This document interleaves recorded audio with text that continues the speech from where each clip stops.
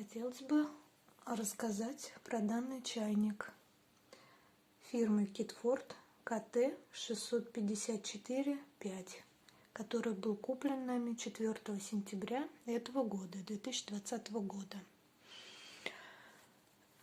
Пользовались мы им очень мало. На ремонте он у нас был 3 раза. Мало, это даже, я не знаю, может, раз 15 мы им пользовались. Это в большем случае за эти все месяцы.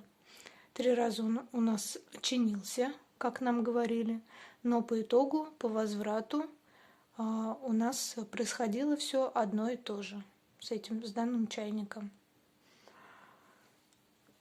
Сейчас хотелось бы продемонстрировать, что конкретно происходит с чайником. Вот сейчас чайник у нас сразу после ремонта находится. Включаем его сейчас первый раз. Вода налита до максимальной отметки практически, то есть как и положено. Включаю.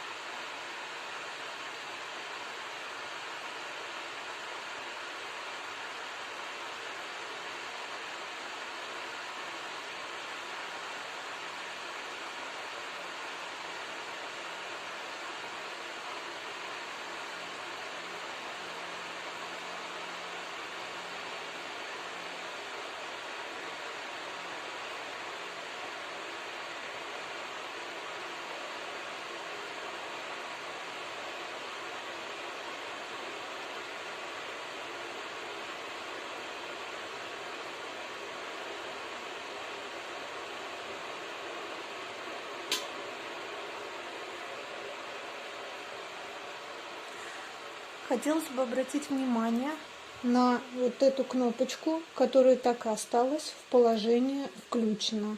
Вода не закипела, ничего не поменялось.